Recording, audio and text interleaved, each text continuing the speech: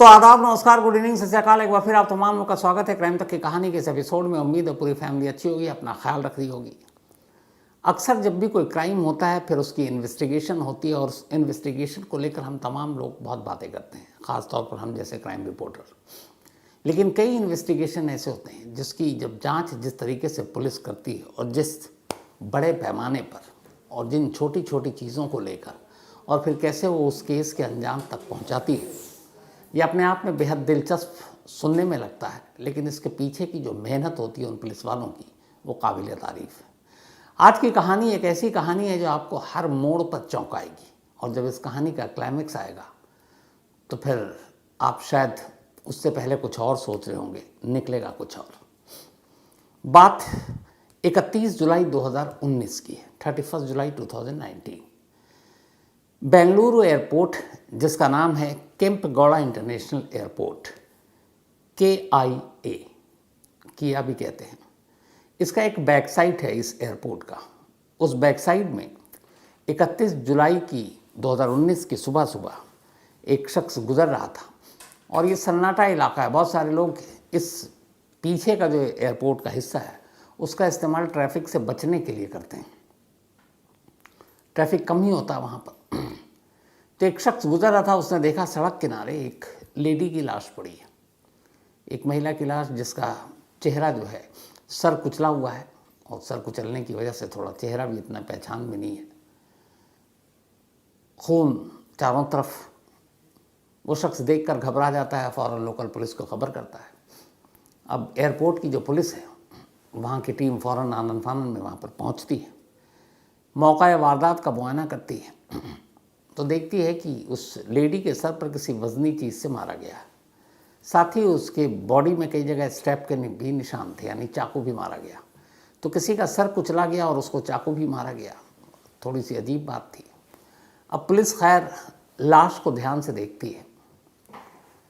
मरने वाली ने एक टी-शर्ट पहन रखी थी, एक जीन्स पहन रखी थी, सैंडल था और हाथ में टाइटन का एक वॉच। उसके पर्स या मोबाइल, बाकी ऐसी कोई भी चीज़ नहीं थी जिससे उस लेडी की शिनाख्त हो सकती थी। अब बेंगलुरु पुलिस के लिए बड़ा मुश्किल था कि पहले तो उस लेडी की शिनाख्त करें। अब वो चूँकि एयरपोर्ट के पास मिली थी तो पहले तो ये था कि शायद ये कोई फ़्लाइट पकड़ने वाली हो। दूसरा ये था कि एयरपोर्ट का बैक साइड है और लोकल लोग बहुत सारा उसका इस्तेमाल करते हैं, तो ये भी था कि ये निकलने के लिए इस रास्ते का इस्तेमाल कर रही हो बिना ट्रैफिक के। दिखने में लेडी का जो हुलिया और बाकी चीज़ें, उससे ये लग रहा था कि ये साउथ इंडिया की नहीं है, ये कहीं नॉर्थ इंडिया की है। लेकिन क्लू कुछ नहीं, न मरने वाली का नाम, न ठीक से चेहरा, कोई ऐसी चीज़ नहीं जिससे कातिल तो बात की बात है, पहले जो मरी है उसका ही आप उसकी सच्चाई निकाल लो। बेंगलुरु पुलिस के लिए चैलेंजिंग था ये काम। 20 लोगों की एक टीम बनाई गई, 2-2 लोगों की टीम डिवाइड की गई, 10 लोग, एक तरह से 10 टीम हो गई, अब 2-2 में मिलाकर 20। 4 काम दिए गए हर टीम को, और 4 काम ये था। पहला कि इस लेडी ने जो जीन्स पहन रखी थी वो उस जीन्स को देख के लग रहा था कि ये एक महंगा ब्रांड है कोई, और आम जीन्स नहीं है, तो उस जीन्स के ऊपर लेबल भी था।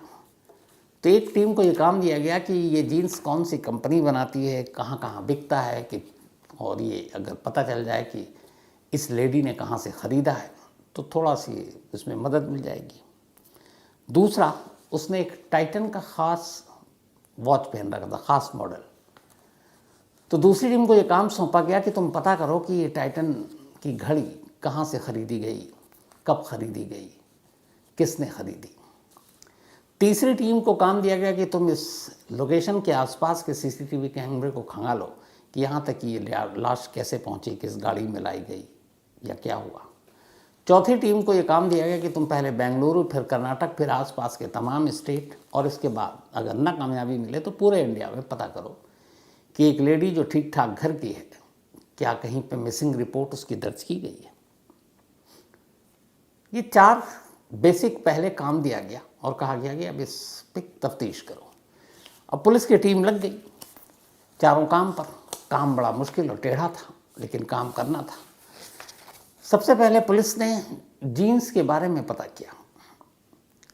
तो पता चला कि वो जिस ब्रांड की जीन्स था उसके चूंकि लेबल भी था कि दिल्ली, महाराष्ट्र और कर्नाटका में, और जीन्स का हुलिया देख के पता चल रहा था कि नया है। 2019 के शुरुआत से लेकर और जुलाई तक करीब 14,000 ऐसे 14,000 जीन्स बेचे गए दिल्ली, महाराष्ट्र और कर्नाटका में। अब पुलिस यहाँ थोड़ी उलझी कि ये कर्नाटका की हो सकती है, बेंगलुरु है, और महाराष्ट्र की भी हो सकती है, दिल्ली की भी हो सकती है, लेकिन कहाँ की ये पता नहीं।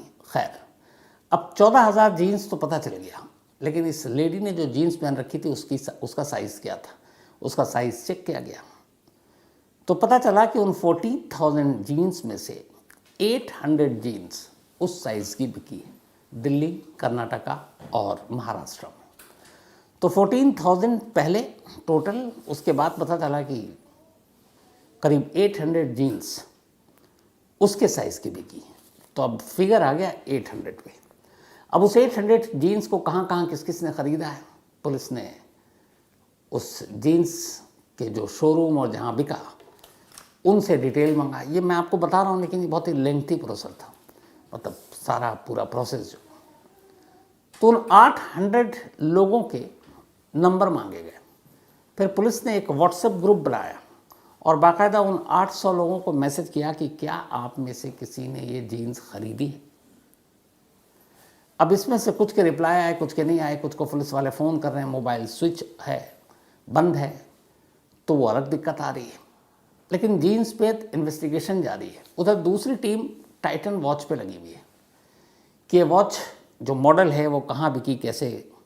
तो पता चला कि ये टाइटन वॉच पिछले 1 साल में जिस मॉडल का उस डिकीज़ ने, यानी मरने वाली लड़की ने पहन रखा था, 1400 घड़ियाँ टाइटन की उस मॉडल की 1 साल के दरमियान बिकी, और ये देश के अलग अलग शहरों के शोरूम से बिकी।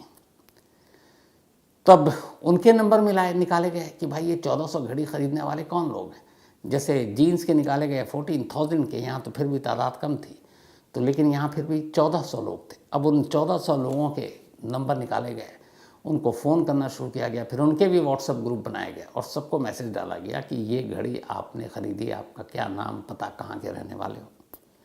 अब उसमें भी बहुत सारे ऐसे थे जिनका कोई रिप्लाई ही नहीं आया, कुछ के फ़ोन बंद थे, लेकिन कोशिश जारी थी। उधर जो एक टीम सीसीटीवी कैमरे को खंगाल रही थी, उसे भी कामयाबी नहीं मिल रही थी। उसने देखा कि एक कार तो दिखी है दूर से, लेकिन बदनसीबी से उस कार का नंबर प्लेट नहीं आया, और इसलिए उससे कोई जानकारी ही नहीं मिली। चौथी जो टीम लगी हुई थी, तो पता चला कि कर्नाटक और आसपास में कहीं इस हुलिये की ऐसी लड़की की कोई मिसिंग कंप्लेंट ही दर्ज नहीं है। तो हर जगह से रास्ता बंद, पुलिस के आगे बढ़ने की कोई उम्मीद नज़र नहीं आ रही। इधर मीडिया में भी ये खबर कि बेंगलोर जैसे शहर में इस तरह से किसी एक लड़की के साथ ये वारदात हुई है। 2019 की बात है, सेफ नहीं है, तो इसको लेकर काफ़ी मीडिया का भी प्रेशर, पुलिस पे बेहद दबाव इस केस को सुलझाने का, लेकिन तमाम कोशिशें जारी है, कोई कामयाबी नहीं मिल रही है। तभी एक रोज़ अचानक पुलिस, जब ये सारे चीज़ों पे कोई कामयाबी नहीं मिली, तो पुलिस ने तय किया कि चलो एक बार और बॉडी को देखते हैं। अभी तक पोस्टमार्टम नहीं हुआ, मॉर्चरी में रखा हुआ मुर्दा घर में। कई बार, पहली बार में कई बार कुछ चीज़ें नज़रों से चूक जाती हैं। पुलिस की एक टीम, सीनियर अफसरों की टीम इस बार गई मुर्दा घर। अब उसने बॉडी को ध्यान से देखा कि शायद जीन से, घड़ी से, बाकी चीज़ों से कुछ नहीं पता चल रहा, कुछ बॉडी ही ऐसी कुछ निशानी हो जिससे कुछ पता चले। इस बार ध्यान से देखा पुलिस ने, तो उसकी बॉडी में एक टैटू बना हुआ था जिस पे एस लिखा हुआ था। अब वो हाथ वाथ पे नहीं था, वो यहाँ गर्दन के नीचे था। तो जब उन्होंने देखा एस, तो पुलिस को लगा कि इस जो भी मरने वाली है इसका नाम एस से शुरू होता है। अब पुलिस ने जब ये मिला कि एस से है, तो उन्होंने उधर जो जीन्स थे 14,000, जिसमें से 800 उस साइज़ के ख़रीदे गए थे, इधर 1400 घड़ियाँ जिन्होंने ख़रीदी। अब पुलिस ने उन सबको दोबारा कांटेक्ट किया और पूछा कि क्या ये घड़ियाँ या जीन्स आप यहाँ से किसी एस नाम से जिन लोगों ने ख़रीदी, आप उसकी लिस्ट दे सकते हैं। अब जब वो एस नाम से लिस्ट मांगी गई तब वो जो 800 थे और फिर 1400 थे, वो फिगर घटकर 115 हो गया कि इस नाम वाले 115 लोगों ने ये घड़ी खरीदी और इस नाम से करीब 200 लोगों ने ये जीन्स खरीदी। तो वो और भी कम हो गया लोगों तक पहुंचने का। अब इस दौरान में जब इस नाम से पता चला तो पुलिस ने फिर पता किया कि बेंगलुरु के इस एयरपोर्ट पर जहाँ पे ये लाश मिली थी, उस एयरपोर्ट से, चूँकि ये 31 जुलाई को लाश मिली थी, तो 29, 30, 31 किसी की फ़्लाइट थी, जिसने ना पकड़ा हो उसकी फ़्लाइट मिस हो गई हो और उसका नाम शुरू होता है एस से। लेकिन वहाँ भी कामयाबी नहीं मिली। पता चला ऐसा कोई नहीं, जितने भी इस नाम के टिकट की बुकिंग थी वो सब फ़्लाइट लेकर गए, तो वहाँ भी नाकामयाबी। कुल मिलाकर पुलिस के लिए हर तरफ दरवाज़ा बंद, इधर प्रेशर बहुत ज़्यादा। पुलिस की टीम दिन रात लगी हुई है, जीन से लेके घड़ियाँ खंगाल रही है, CCTV खंगाल रही है, इस नाम के तमाम लड़कियों को खंगाल रही है, लेकिन कामयाबी नहीं मिलती। जुलाई का मामला था, अब अगस्त आ गया था, 7 दिन बीत चुके थे। 7वें दिन लाश बरामद होने के अचानक बेंगलुरु पुलिस के एक कांस्टेबल को एक फ़ोन आता है और वो अपने सीनियर अफसर को बताता है कि सर, ये जो लड़की मरी है इसको इसके हस्बैंड ने मारा है और उन दोनों के बीच में अनबन थी और कातिल वही, और उसी ने लाकर एयरपोर्ट के पास ये बॉडी डंप कर दी है। अब उसने बताया कि वो एक वहाँ पे इलाका है और जो नाम बताया उसने कातिल का, वो बताया कि एक नीला सेंद्रा, उसने अपनी वाइफ को मारा। अब बेंगलुरु पुलिस ने कहा यार 7 दिन से भटक रहे हैं और यहीं अपना 2 थाना छोड़ के ये केस है और हमको पता ही नहीं है। गुस्सा भी आया, लेकिन ये हुआ कि चलो यार इतनी मेहनत की थी, केस खुल गया। तब उन्होंने कहा कि चलो उसके हस्बैंड को ढूंढते हैं। ये पहले वहाँ पुलिस स्टेशन पहुँचे तो पता चला कि हाँ 7 दिन पहले एक लेडी का मर्डर हुआ था, मुकदमा दर्ज है और उसके हस्बैंड ने मारा था। दोनों में अनबन थी। पुलिस ने राहत की सांस ली कि केस सॉल्व हो गया। तो उसके बाद अच्छा ये भी था कि ये जो जिसने मारा है वो शख्स बंगाल का रहने वाला, कोलकाता का बंगाली है। तो पुलिस ने उस लेडी के हस्बैंड को गिरफ्तार कर लिया। कांस्टेबल की वाहवाही हो गई कि यार इतनी जहाँ पे हमने घूम घूम कर तफ्तीश कर रहे थे, यहाँ तो ये केस निकला। कातिल पति था, पत्नी की लाश थी, एयरपोर्ट के पास फेंक गया था। अब पुलिस ने उस कांस्टेबल की निशानदेही पर उसको किसी मुखबिर ने खबर दी थी और बताया कि वो इस जगह छुपा हुआ। पुलिस गई और उसके पति को पकड़ लिया। पकड़ने के बाद अब पुलिस उससे पूछताछ करती है तो वो टूट जाता है, कहता हाँ साहब, मैंने अपनी बीवी को मारा है, मुझसे बहुत वो लड़ाई करती थी और उसका किसी और से अफेयर था, जो भी उसने बातें की। फिर कहता है कि अच्छा तुमने मारा तो बॉडी कहाँ फेंकी, चलो लोकेशन पे बॉडी दिखाओ। अब पुलिस वालों के साथ वो चल रहा है, रास्ता बता रहा है।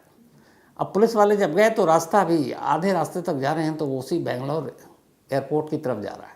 लेकिन आधे रास्ते जाने के बाद अचानक वो डायरेक्शन मोड़ देता। अब कहता है इधर चलिए, फिर आगे फिर आगे फिर आगे, और एक जगह सुनसान जगह पे रोक कर वो कहता मैंने यहीं पे मारा था। अब पुलिस वहाँ बहुत चक्की, कह रहा है ये शख्स कत्ल करने की बात कबूल कर चुका है, बीवी को मारने की बात मान रहा है और कह रहा है कि यहाँ पे मैंने मारा है। पुलिस को बॉडी मिली एयरपोर्ट के पीछे से, तो ये क्या मजाक है। तो पुलिस हड़काती है कि तू यहाँ मारा है तो फिर ले जा करके एयरपोर्ट के पास बॉडी फेंकी थी। कह रहे नहीं साहब, मैंने यहीं मारा था, यहीं बॉडी फेंकी थी, वो बॉडी मिली नहीं थी। अब उसने कहा यहाँ फेंकी थी तो कहाँ है बॉडी, तो उसने कहा यही है, मुझे एग्जैक्ट याद नहीं है, अंधेरा था, लेकिन यही मैं ढूंढता हूँ। थोड़ी देर के बाद झाड़ियों में वो ले गया पुलिस को और एक लेडी की लाश पड़ी हुई थी। अब जैसी वो लाश मिली उसने कहा ये है मेरी बीवी जिसे मैंने मारा है, और वो 1 हफ्ते पहले उसने कत्ल किया। अब पुलिस ने अपना सर पकड़ लिया। जिस केस को उसने मान लिया था कि सुलझ गया है, यहाँ तो उल्टा हो रहा है। लाश मिली एयरपोर्ट के पीछे, कातिल को इन्होंने पकड़ा और कातिल दिखा रहा है हमने यहाँ, और वहाँ से भी एक और लाश मिल रही है। फिर वो पूरी कहानी बताता है। तब पुलिस को गलती का एहसास होता है, लेकिन उनकी इस गलती की वजह से एक दूसरे मर्डर का केस सुलझ गया। उसने लाश भी बरामद कर लिया। उसके बाद फिर पुलिस क्या करती, तो बेंगलुरु एयरपोर्ट की पुलिस ने फिर उस कातिल को उठाकर उस पुलिस के हवाले कर दिया, टीम के, जिसके एरिया में ये मर्डर हुआ था। अब एक केस तो उन्होंने सुलझा दिया, लेकिन खुद गुस्सा आ रहा खुद पे कि यार हमें तो लगा था कि ये केस सुलझ गया, यहाँ तो उल्टा हो गया, कोई और मामला सुलझाया हमने, अपना तो केस वहीं अटका हुआ है, अब ऊपर में क्या जवाब दें। अब पुलिस फिर से परेशान और शुरुआत से फिर लगी हुई है। अब इसी दौरान में एक और कहानी हो जाती है। इस कहानी में बहुत सारे ट्विस्ट हैं। तो दूसरा मर्डर खुल गया। अब पुलिस की टीम फिर से लग गई उसी जीन्स पे, उसी घड़ी पे, उसी सीसीटीवी फुटेज पे, मिसिंग की सब, मतलब शुरुआत से अब कर रही है। 7 दिन हो चुके थे, अब 8वें दिन से फिर लग गए। जो टीम इस पूरे मामले की जांच कर रही थी, उसके एक सीनियर अफसर ने कुछ वक्त पहले बेंगलुरु में एक चोर को पकड़ा था, और वो चोर एक घर से उसने बहुत सारी ज्वेलरी चुराई थी, जिसकी कीमत करीब 50 लाख रुपए थे। बाद में उसने कहा था कि चोरी करने के बाद वो वहाँ से कोलकाता भाग गया, और कोलकाता में जाके उसने ये ज्वेलरी एक जगह बेच दी। तो महीने भर पहले, मतलब ये कत्ल हुआ जुलाई में, इससे पहले जून की बात है, वो साहब जो पुलिस के सीनियर अफसर हैं वो कोलकाता गए। वहाँ से जाकर उन्होंने वो सारी ज्वेलरी बरामद कर ली और फिर वापस लौट आए बेंगलुरु। जब वो ज्वेलरी बरामद करने के लिए गए थे तो उनके साथ कोलकाता के 2 पुलिस वालों को लगा दिया गया था। उनमें से एक पुलिस वाला लगातार उनसे बात करता था। इसी दौरान जो कोलकाता में जिसने चोरी करके गहने बेचे थे, उसका नाम था कार्तिक। कार्तिक था बेंगलुरु पुलिस के कब्जे में। उस सिपाही ने कहा कि साहब इसने कोलकाता में कुछ और भी लूट वूट के सामान बेचे हैं और कोलकाता में भी कुछ चोरी की है, तो आप हमें प्लीज़ कुछ दिन के लिए उससे दे दो, हम उससे पूछताछ करेंगे। अब ये बेंगलुरु वाले पुलिस अफसर कह रहे नहीं यार, अभी हमें उसकी ज़रूरत है, हम बेंगलुरु के और चोरी के केस उससे उगलवाना चाहते हैं। तो वो बार बार रिक्वेस्ट कर रहा है, इधर सीनियर हैं, वो कोलकाता पुलिस का एक कांस्टेबल है, कि साहब उससे हमें बहुत सारे केस सुलझाने में मदद मिलेगी। तो ये चल रहा था, वो लगातार फ़ोन पे बात हो रही थी। इत्तेफाक से केस के 10वें दिन, अब 10 अगस्त आ चुका है, अभी तक कुछ सुलझा नहीं। न जीन से मिली मदद, न घड़ी से मिली मदद, न सीसीटीवी से। चक्कर में एक दूसरा कातिल पकड़ा गया, दूसरा मर्डर केस खुल गया, और वो बेंगलुरु पुलिस के जो इंचार्ज है इस केस के, वो परेशान बैठे हुए, क्या करें। इसी दौरान में उनके पास उसी कांस्टेबल का फिर से फ़ोन आ गया कोलकाता से। अब ये उस वक्त टेंशन में, वैसे ही तनाव में, कि साला अपना केस तो सुलझ नहीं रहा है यार, ये परेशान कर रहा, बार बार मुझसे एक्यूज मांग रहा है। तो उन्होंने 1-2 बार उठाया नहीं, फिर देखा वो बार बार कर रहा है, तो उन्होंने उठाया। फिर उसको एक तरह से निपटते हुए कहा, देखो मैं इस वक्त बहुत बुरी तरह फंसा हुआ हूँ, परेशान हूँ, एक मर्डर केस है हमारे पास और वो सुलझ नहीं रहा, इतने दिन हो गए हैं, और वो लेडी है ये भी पता नहीं चल रहा कहाँ की है, लेकिन बेंगलुरु की नहीं लगती, नॉर्थ इंडिया की कहीं की लगती है। तो तुम अभी उस कार्तिक वाले केस पे बात मत करो, मैं सुलझा लूँ फिर तुमसे मैं बात करूँगा। जब वो फ़ोन रखने लगे तो कांस्टेबल कहता है, 1 मिनट रुकिएगा, आपने कहा कि किसी लेडी का कत्ल हुआ, मिसिंग है, उसकी आइडेंटिटी अभी तक पता नहीं चली। बोले हाँ, नहीं पता चल रहा है, और वो साउथ इंडियन नहीं है। तो बोले हमारे कोलकाता से भी एक लड़की गायब है, और उसका नाम है पूजा डे। वो एक मॉडल है और इवेंट आर्टिस्ट है, इवेंट मैनेज भी करती है, इवेंट मैनेजमेंट का भी काम करती है, और ठीक ठाक मॉडल है। और वो जुलाई लास्ट वीक से ही गायब है। करीब 31 को लाश मिली, तो उसने कहा कि 27 से 28 से गायब है, और इत्तेफाक से वो कोलकाता से बेंगलुरु गई थी। अब ये सुनते ही इस पुलिस अफसर के कान खड़े हो गए। बोला आपने वहाँ रिपोर्ट लिखी है? बोला हाँ, मिसिंग रिपोर्ट है हमारे यहाँ, और लेकिन वो कहीं मिली नहीं है। तो बोले कि यार मैं तुमको कुछ फ़ोटो भेजता हूँ, देख के बताओ क्या ये वही है जिसकी मिसिंग रिपोर्ट है तुम्हारे यहाँ। उसने कहा भेजिए। इन्होंने वो तस्वीर निकालकर अपने जूनियर से कहा कि इस पुलिस वाले के व्हाट्सएप नंबर पे भेजो ये फ़ोटो। इस दौरान में जब नसीब साथ देता तो बहुत सारी चीज़ें होती हैं। वो उधर फ़ोटो भेज रहा है उनका जूनियर, और ये बैठ के सोच रहे हैं कि क्या पता कोलकाता से मिल जाए, लेकिन इधर एक दूसरा केस, दूसरा कातिल दूसरे मर्डर में इनको गुमराह कर चुका था, तो पर ये भी था डर कि ये भी ऐसे ही निकलेगा। तभी उनके मोबाइल पे एक फ़ोन आता है, बल्कि जो उनका एक जूनियर था जिसने सारे जगह व्हाट्सएप किए थे, घड़ी के लिए, जीन्स के लिए ग्रुप बनाया था, तो उसके पास एक फ़ोन आता है और वो कहता है कि ये घड़ी जो आपने ग्रुप में भेजा है ये मैंने ख़रीदी है, मैं दिल्ली में रहता हूँ, और ये घड़ी मैंने अपनी गर्लफ्रेंड के लिए ख़रीदी थी। अब वो पुलिस वाला सुना तो उसने कहा अपने सीनियर अफसर को जानकारी देनी चाहिए। वो भागा हुआ आया, उसने कहा कि साहब वो घड़ी के बारे में एक आदमी दावा कर रहा है कि उसने दिल्ली में ख़रीदी, उसका नाम अली है, और वो कह रहा है कि उसने अपनी गर्लफ्रेंड को दिया। अब वो सोच रहे हैं यार ये गर्लफ्रेंड को देने की बात कर रहा है, वो उधर कह रहा है कि जो कोलकाता से गायब हुई है वो ऑलरेडी किसी की बीवी है, शादीशुदा है, लगता है फिर केस में कुछ नहीं मिलेगा। खैर वो कहते हैं अली को दो, फ़ोन दो, बात करते हैं। पूछते अच्छा कि तुमने कब दिया? तो उसने कहा मैंने दिल्ली में अपनी, मतलब ये जून जुलाई की बात है, तब मैंने घड़ी गिफ्ट की थी अपनी गर्लफ्रेंड को। बोला तुम्हारी गर्लफ्रेंड का नाम क्या है? तो उसने कहा पूजा डे। अब जैसे ही ये सुना अफसर साहब कुर्सी से खड़े हो गए, क्योंकि वो कोलकाता का कांस्टेबल भी नाम बता रहा है पूजा डे, ये भी अपनी गर्लफ्रेंड का नाम बता रहा है पूजा डे, लेकिन एक चीज़ कंफ्यूज कर रहा है वो ये कि वो बता रहा है कि वो शादीशुदा थी, ये बता रहा है मेरी गर्लफ्रेंड है। तो अब ये भी तो हो सकता है कि पूजा डे दो अलग अलग हों। फिर उनका एक बार जोश जो उमड़ा था वो थोड़ा कम पड़ने लगा। उन्होंने कहा अच्छा चलो तुमको भी एक फ़ोटो भेजता हूँ, देख के बताना कि क्या ये तुम्हारी गर्लफ्रेंड वही है जिसको घड़ी दी थी। अब बैठकर वो इंतज़ार कर रहे हैं। सबसे पहले कांस्टेबल का मैसेज आता है, कहता सर ये वही है जो कोलकाता से मिसिंग थी। थोड़ी देर बाद अली का फ़ोन आता है कि सर ये वही है जो मेरी गर्लफ्रेंड है। अब भी एक कन्फ्यूज़न बाकी है।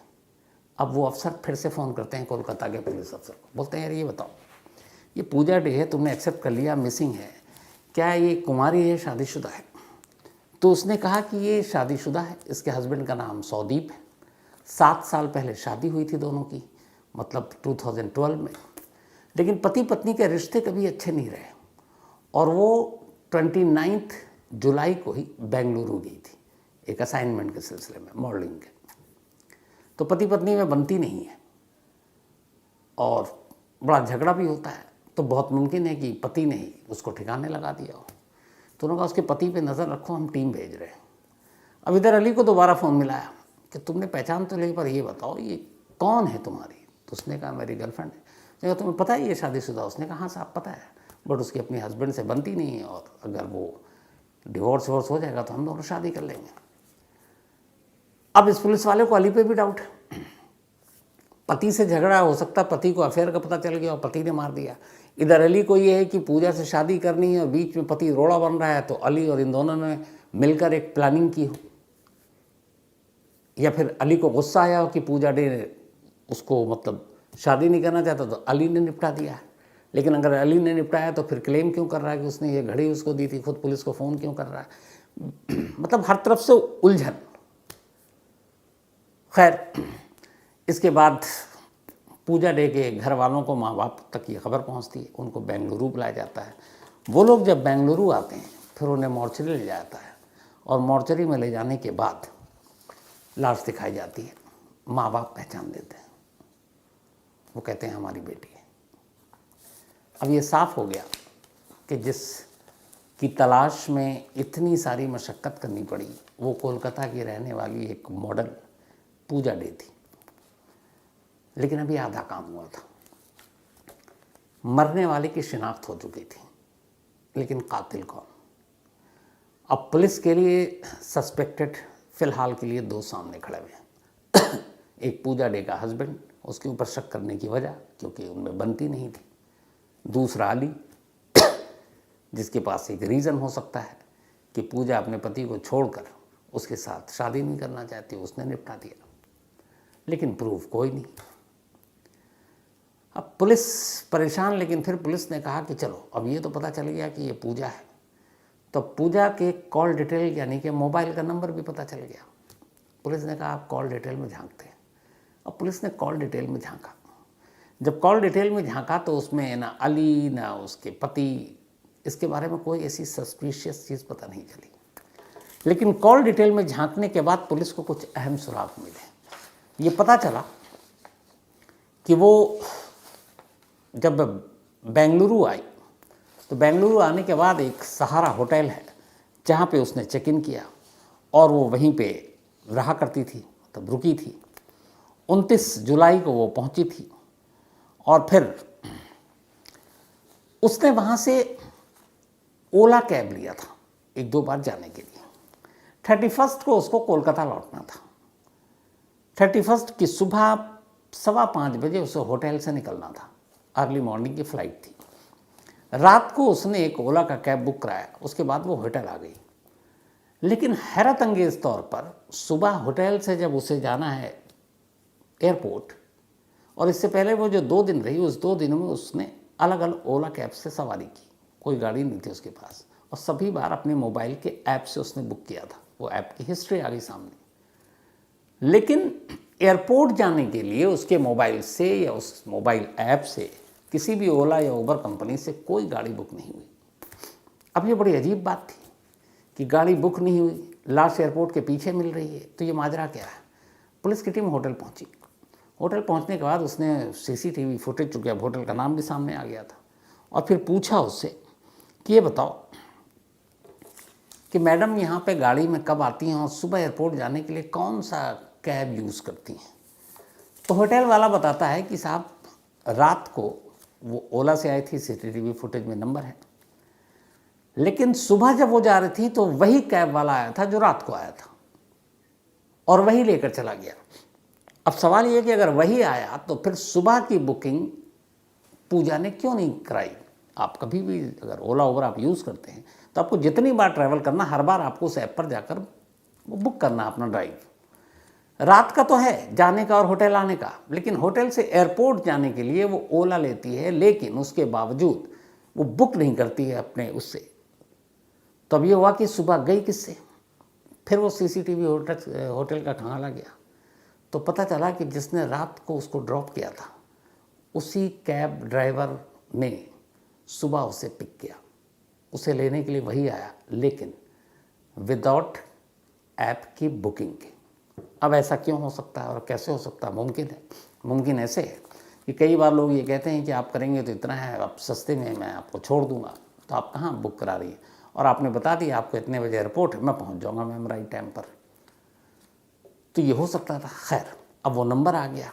अब पुलिस ने उस नंबर के थ्रू नाम और वो सारी चीज़ें निकाली तो पता चला नागेश नाम का एक 22 साल का लड़का है जिसकी ये कैब थी। उसका एड्रेस था। पुलिस उसके घर पहुंची।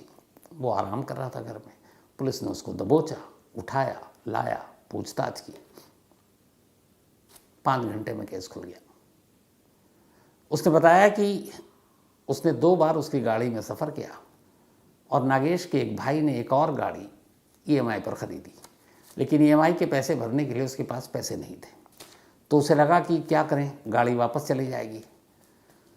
तो उसने जब 2 बार पूजा को अपनी गाड़ी में घुमाया तो उसे ये पता चल गया पूजा के कपड़ों से, बातचीत से, कि ये अमीर है और इसके पास अच्छे खासे ज्वेलरी और कैश वैश होंगे, एटीएम कार्ड में भी ठीक ठाक पैसे होंगे, दिखने में भी खूबसूरत थी, उसकी नीयत भी बेईमान हुई। बस उसने उसी को लूटने का फैसला कर लिया। 31 की लेट नाइट ये उससे इसी नीयत के साथ कहता कि आप बुक मत करना, मैं लेने आ जाऊंगा। क्यों? वो नहीं चाहता था कि ये रिकॉर्ड पर आए कि बुकिंग ये हुई थी, ड्राइवर ये था। तो सब कुछ चोरी छुपे। पूजा को भी लगा चलो कुछ पैसे बच जाएंगे, उसने भी, और ड्राइवर भी ठीक ठाक था, उसने कहा ले चलो। अब चूँकि 5:15 बजे वो निकली, रात को लेट पहुंची थी, नींद पूरी हुई नहीं थी। कैब वाला उसको लेकर जा रहा है। फिर उसने बता दिया था कि इधर ट्रैफिक मिलता है, रात को इंटरनेशनल फ़्लाइट्स बहुत आती हैं, सड़क जाम होता है, तो हम पीछे वाले रास्ते से चलेंगे, वहाँ ट्रैफिक नहीं होता है। उसने भी उस पर भरोसा किया। रास्ते में उसको हल्की सी नींद आने लगी। जब नींद आने लगी तभी लगा नागेश को कि यही मौका है। उसने गाड़ी एक जगह रोकी और गाड़ी के अंदर से एक रॉड टाइप की चीज़ निकाली और उससे कहा कि तुम सारे पैसे और ये सारी चीज़ें मुझे दे दो। वो घबराई, लेकिन उसने मुकाबला किया। उसने बोला मैं शोर मचाऊंगी। वो डर गया। उसने उसके सर पे मारा। तब भी उसने हिम्मत दिखाई और वो गाड़ी से एक दरवाज़ा खोलकर बाहर भागने लगी। फिर ये पीछे भागा और भागने के बाद इसके पास चाकू था, पूरी तैयारी से आया था। फिर उसने उसको 4 बार चाकू पे हमला किया। जब वो गिर गई, फिर वहीं पे एक और वज़नी पत्थर था, उसने पत्थर उठाया और उसके सर पे मारा। इसके बाद उसने उसके सारे जो शिनाख्ती कार्ड, उसके पर्स, सब कुछ वो अपने साथ ले गया। जाने के बाद एटीएम से उसके पैसे भी निकालता है। बस वो घड़ी देखना भूल गया था। और ये सब कुछ करने के बाद वो आराम से अपने घर चला जाता है। और जब 7-8-10 दिन बीत जाते हैं तो उसे लगा कि वो कहीं सामने आया ही नहीं है, उसका कहीं नाम भी नहीं है, उसने बुक भी नहीं कराया, तो वो पकड़ में नहीं आएगा। लेकिन आखिर में पकड़ा गया। लेकिन जब क्लाइमेक्स आया तो ख़ुद पुलिस को भी हैरानी हुई कि उसने क्या क्या सोचा था। एक दूसरा कत्ल इस केस के चक्कर में खुल गया। एक पति लगातार रेडार पर था और उससे पूछताछ और कड़ी इंट्रोगेशन की तैयारी चल रही थी। एक बॉयफ्रेंड था जिसके ऊपर शक हुआ, उसको दिल्ली से बेंगलोर लाने की तैयारी चल रही थी। लेकिन कातिल एक गुमनाम निकला जो कुछ हजार रुपए लूटने के लिए और उसकी मंशा रेप भी करने की थी। इस वजह से पूजा की जान चली गई। तो ये थी आज की कहानी बेंगलुरु की। जैसा मैंने शुरू में कहा, कई बार जो पुलिस केस सुलझाती है बड़ा आसान लगता है हमें, लेकिन जब वो स्टेप बाय स्टेप एक एक चीज़ को फॉलो करते हैं, जैसे छोड़िए आप सिर्फ एक सीसीटीवी कैमरे को, हमने तो बोल दिया, आपने सुन लिया, 400 500 सीसीटीवी कैमरे को, एक तो हर कैमरे को नज़र रखना रास्ते में कहाँ कहाँ है, फिर जब वो कैमरा मिल जाए तो उस टाइम के हिसाब से उसके फुटेज को देखना, मतलब 2-2 घंटा बैठकर। इसका तजुर्बा है मुझे, हम लोग ऑफिस में बैठते हैं, कई पुराने हमें आर्काइव से फुटेज निकालने होते हैं अपनी स्टोरी के लिए, 1-1 1.5 2-2 घंटे, उसके बाद न जाने कितने टेप देखने पड़ते हैं। मतलब मुझे याद है मैंने 6-6 घंटे निकाल दिए होंगे टेप देखने में। तो वो तो वहाँ पे इन्वेस्टिगेशन चल रहा है, कितने सैकड़ों सीसीटीवी कैमरे देखने, जाकर दुकान दुकान मोबाइल से व्हाट्सएप ग्रुप बनाकर जीन्स की घड़ियों का पता कराना, कोलकाता में डील करना, दिल्ली में डील करना, मिसिंग पर्सन की अगर आप करें तो वो सारे रिकॉर्ड खंगालना, मंगाना। सच में बहुत ही मेहनत का काम होता है, और जब अच्छा काम होता है तो फिर तारीफ़ ज़रूर पुलिस की होनी चाहिए।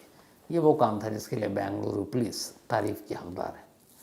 तो आज की कहानी में इतना ही, लेकिन कहानी ख़त्म करूं उससे पहले वही अपना सिलसिला। आज अभिषेक शर्मा का जन्मदिन है, तो हैप्पी बर्थडे अभिषेक। और ये दक्ष सुहानिया ने भेजा है। साथ ही सोनल, इनका भी आज बर्थडे है, तो हैप्पी बर्थडे सोनल जी। और ये यशवंत फलटोंकर की वाइफ है नितिन, बल्कि सॉरी नीतू, इनका भी आज जन्मदिन है, तो हैप्पी बर्थडे नीतू। और ये भेजा है कैलाश कुमार ने, उनकी वाइफ हैं। विकी बाइंस, इनका भी जन्मदिन है, हैप्पी बर्थडे विकी। ये स्पेन में रहते हैं और इनको विश किया है कुलविंदर संघेरा ने, ये यूके में रहते हैं। अश्विनी पुरी, इनका भी आज जन्मदिन है, हैप्पी बर्थडे अश्विनी जी। और साथ ही सारिका पुरी का भी जन्मदिन है, तो आपको भी हैप्पी बर्थडे सारिका जी। और ये भेजा है शुक्राचार्य पुरी जी ने। शुक्राचार्य पुरी जी की जो अश्विनी जी हैं वो वाइफ हैं, और सारिका जी जो है वो सिस्टर है, यानी उनकी वाइफ और सिस्टर का जन्मदिन एक ही दिन है। तो इसके अलावा कृषा, इनका भी बर्थडे है आज, हैप्पी बर्थडे कृषा। और ये रतन लाल जी ने भेजा, उनकी बेटियां हैं। लता का भी आज जन्मदिन है, तो हैप्पी बर्थडे लता। और ये अभिषेक ने भेजा है पटना से। साथ ही भद्रेश यशवंत, इनका भी आज बर्थडे है, तो हैप्पी बर्थडे भद्रेश। और ये यशवंत जयदेव भाई निर्मल के बेटे हैं। इसके अलावा आफ्ताब बिहार से, इनका भी आज बर्थडे है, तो हैप्पी बर्थडे आफ्ताब। साथ ही आदेश कुमार न्यूजीलैंड से, थैंक यू सो मच आदेश भाई आपके इस प्यार के लिए, आपके मेल के लिए। और पक्का मैं उधर न्यूजीलैंड आया तो आपसे मिलूंगा, और जब भी आप दिल्ली आए बताइएगा, ज़रूर मुलाकात होगी। और देवेंद्र लोहार साहब, सॉरी कल आपसे मुलाकात नहीं हुई, शायद मैंने मेल रिप्लाई लेट किया और आप वापस जोधपुर चले गए, लेकिन आपका मेल मिला मुझे। अगली बार आप जब भी आएंगे तो ज़रूर मिलेंगे। और परावी पाटिल, तुम्हारा गिफ्ट मिल चुका है, थैंक यू सो मच। और जैसा मैंने कहा, ये पहली और आखिरी बार है। तुम अभी छोटे हो, बेरोज़गार हो। बेरोज़गार का मतलब ये है कि अभी तुमने नौकरी वोकरी तो की नहीं है शुरू। मैं तुमसे बड़ा हूँ, तो ये देने का काम मेरा है, फ़र्ज़ है। लेकिन चलो, पहली बार माफ़ किया। हमेशा अच्छी रहो, खुश रहो। तो कहानी में आज इतना ही। अब आपसे मुलाकात होगी मंडे को किसी नई कहानी के साथ। तब तक अपना ख्याल रखिएगा, अपनों का ख्याल रखिएगा। Thank you.